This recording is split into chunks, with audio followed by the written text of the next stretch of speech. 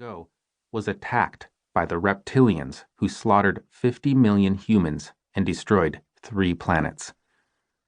It could be said that they might have an equal claim to this Earth because they transformed it from an uninhabited water planet to a fertile place for thousands of subhuman species to thrive, to create for themselves a comfortable home in this solar system.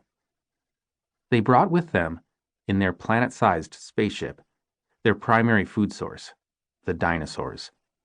But when they arrived here, they first totally destroyed Maldek, again killing millions, perhaps billions, of human inhabitants. The fragments of that destruction then became the asteroid belt. And then, in passing very close to Mars, they stripped the atmosphere from the surface, forcing the humans there to take refuge underground. So their claimed ownership of Earth came at a terrible human cost in this, the sole solar system. When the oceans receded, 2 large continents emerged, one in the Pacific Ocean and one in the Atlantic. The Pacific continent has become known as Lemuria, or Mu.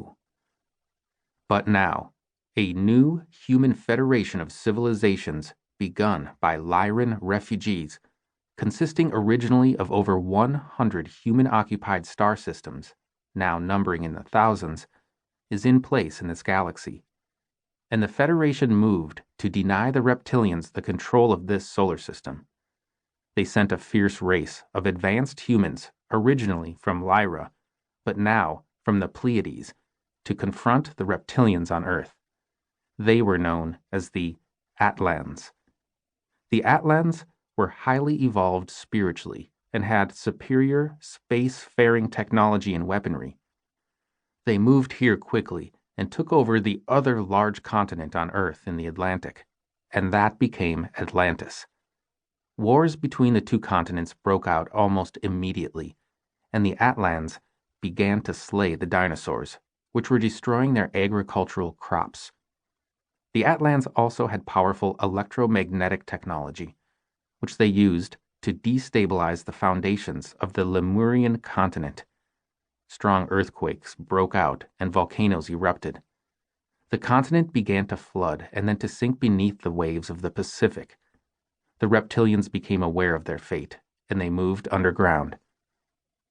They had no problem living under the surface, having lived that way on many other planets in their empire, and soon had created large cities and rapid transportation systems deep within the honeycombed crust of the planet.